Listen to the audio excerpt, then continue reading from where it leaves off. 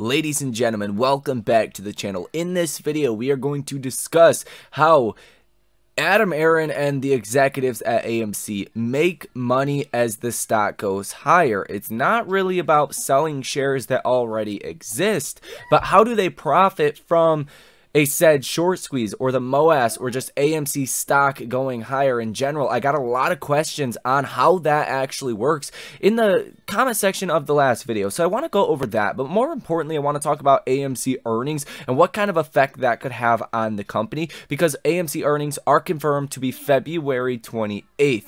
On top of that, we're going to run through all of the Ortex data and the Stocko tracker data, all of the good stuff that you want to know heading into the next trading week. Guys, so if that sounds like something that you are interested in, hit that like button, number one. Number two, subscribe to the channel. And number three, make sure to source your comments, questions, or concerns down below in the comment section. So first things first, I want to talk about how the executives, the CEO of AMC Entertainment, make money essentially by AMC going through a short squeeze or AMC stock price going higher.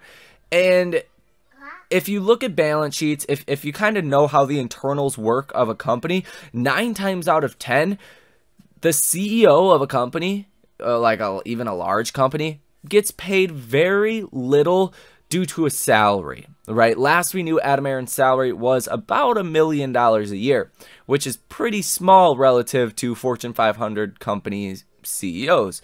Well, you can get paid a lot if the stock actually performs, and usually the way that it works is through warrants, right? So there's usually brackets to it, right? Whereas if AMC crosses above $10 per share, then the CEO, the board members, the executives will be granted XYZ number of warrants that are kind of like options, right? Represent 100 shares and let you get shares that call it $5. So you're going to pretty much profit the difference. And a lot of the times they just sell those outright. And that's where you get, it's called stock-based compensation. So if the stock price goes to, let's call it $10, you're going to get a set amount. If it goes to $20, you're going to get a set amount. If it goes to $50, you're going to get a set amount. If it goes to $100, so on and so forth, you're going to keep getting rewarded, because that's the best way to incentivize a CEO to do a good job, is saying, hey, if you drive up the share price, you're going to get paid. And at the same time, shareholders are getting paid because the price of the stock is going higher. So that's the, I guess, situation that we're in right now. We're heading into a very important vote for AMC coming on March 14th, where I'll spare you all of the nuanced details here, but AMC wants to authorize 25 million additional shares to be essentially probably sold short into the markets at some point after March 14th, and they want to convert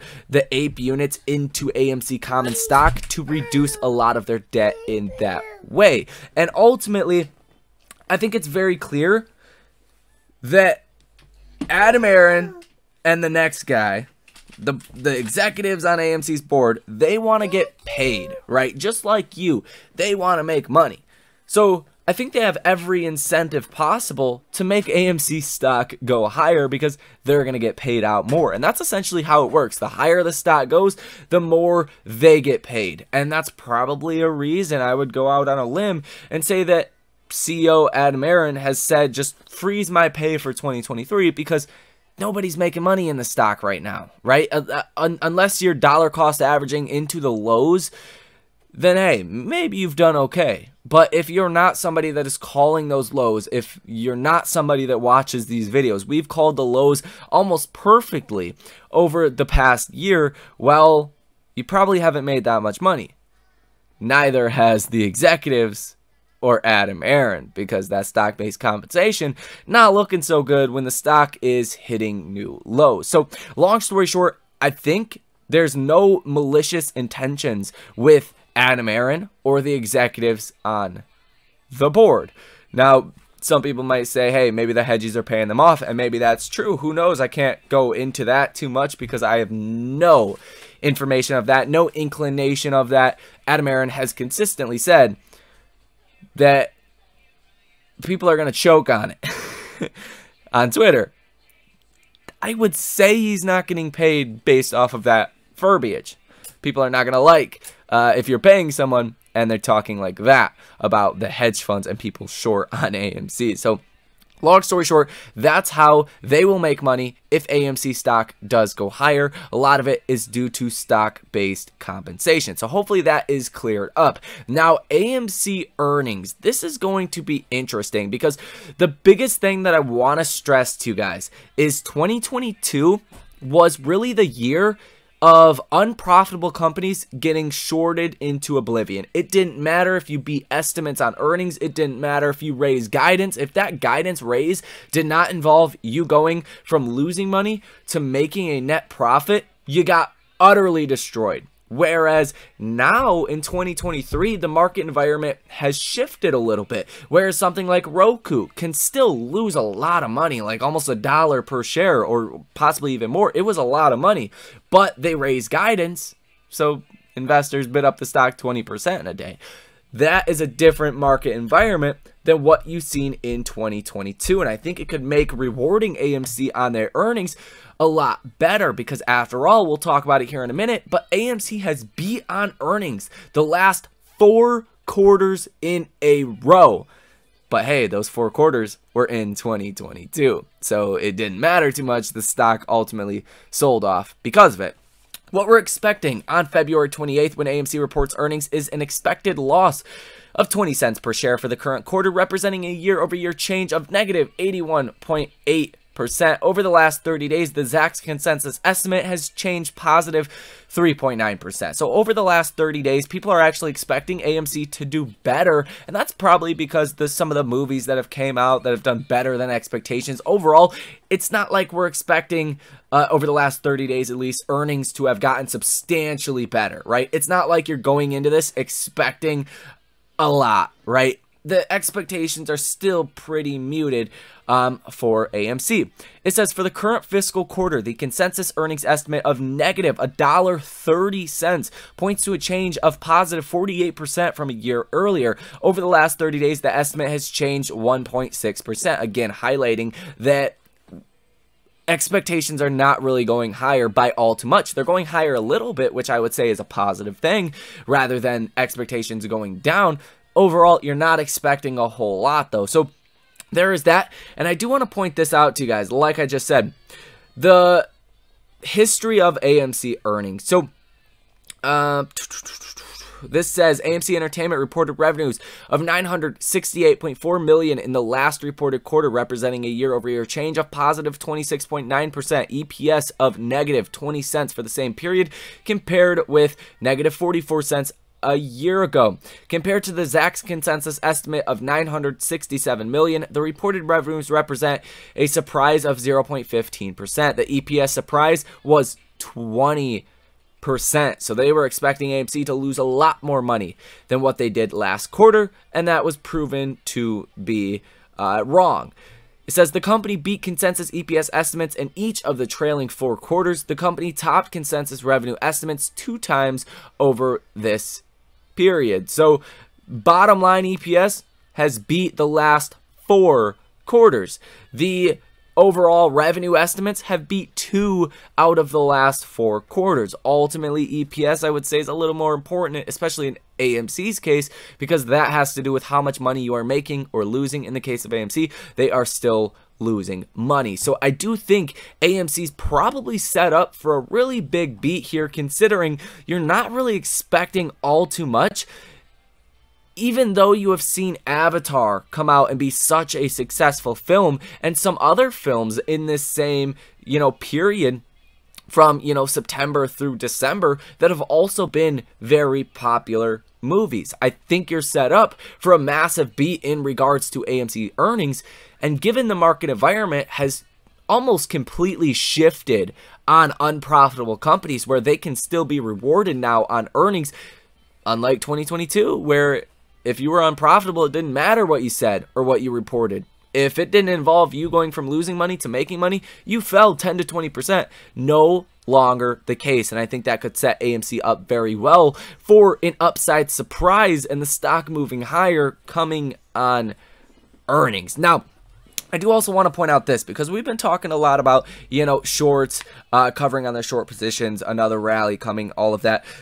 And I want to highlight that fundamentals don't matter necessarily to a short squeeze, right? A stock can go through a short squeeze if it's going bankrupt. We've seen that happen plenty of times. But what is the ultimate reason that shorts cover on their short positions and get out of a stock that has bad fundamentals? Well, it is those bad fundamentals turning okay or turning better, or that said company, like in the case of AMC, going from losing money to now all of a sudden making money. And I think that is coming over this next year, and that is ultimately the one thing that I think is the biggest deciding factor of if shorts are going to cover on their short positions, or when shorts are going to cover on their short positions. It's going to involve the fundamentals getting better and AMC no longer destined for bankruptcy. So I hate that argument that just fundamentals don't matter. If AMC was going bankrupt in 3 months, if they didn't have any money, and that was the new narrative, well, why would a short ever cover on their short position regardless of how high the stock went, right? Does that make sense? Hopefully that makes sense too. But at the same time, if AMC starts to go through a short squeeze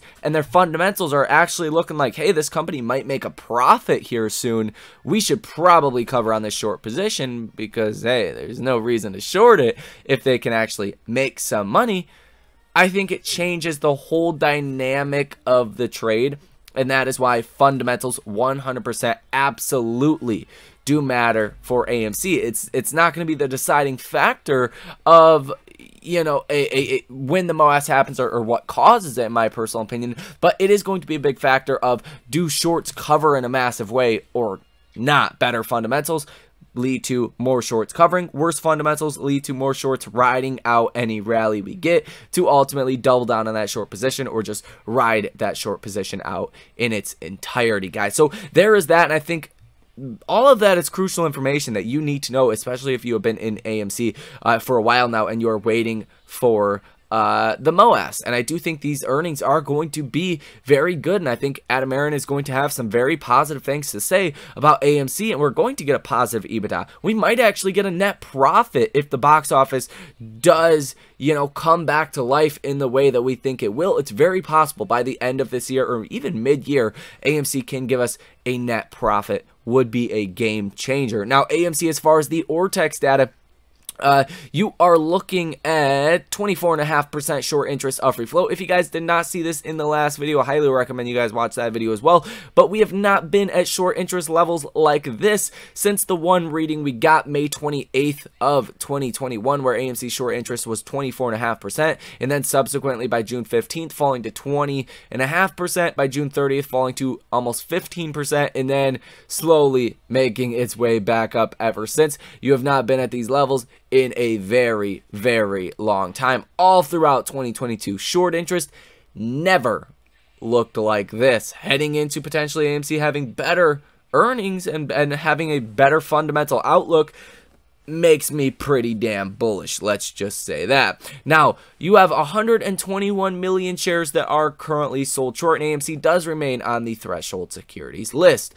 One of, again, the most exciting things I think we currently have going for us as well is the cost to borrow rates. 542.26% cost to borrow average, cost to borrow max of 955.5%, cost to borrow minimum of 7.6%. Numbers here looking very good. Again, numbers we have not seen in a very long time.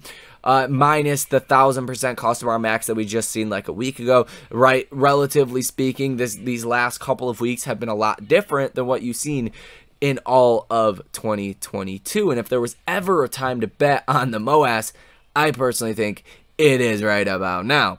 Now, as far as the option activity for next week, you have about 15,000 calls currently in the money heading into the week, 81,000 calls out of the money, 11,000 puts in the money, and 61,000 puts that are out of the money. And then after next week, it's going to be pretty docile for the next 2 weeks until you get to March 17th, where you do have 950,000 puts out of the money, 308,000 puts currently in the money, 511,000 calls out of the money, and about 46,000 calls currently in the money. This, surprisingly enough, maybe they planned it, maybe they didn't, comes 3 days before the vote does occur on March 14th to essentially authorize 25 million additional AMC shares and to convert APE units into common stock, to do that reverse stock split and to help AMC raise some capital. So it's going to be a super volatile week that week, and there's going to be a lot of potential on the table, and I think honestly you want to prepare for that now. You want to get your capital ready. You want to be able to trade this if you want to trade this, or potentially if we do go lower in this next week or next couple of weeks before then, it might be a good time to buy the stock.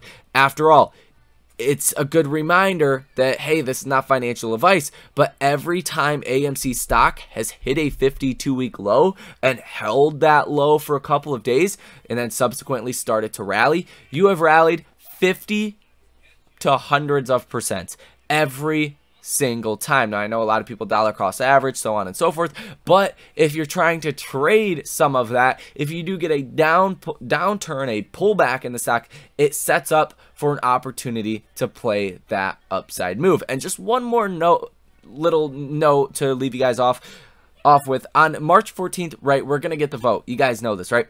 Everyone knows this.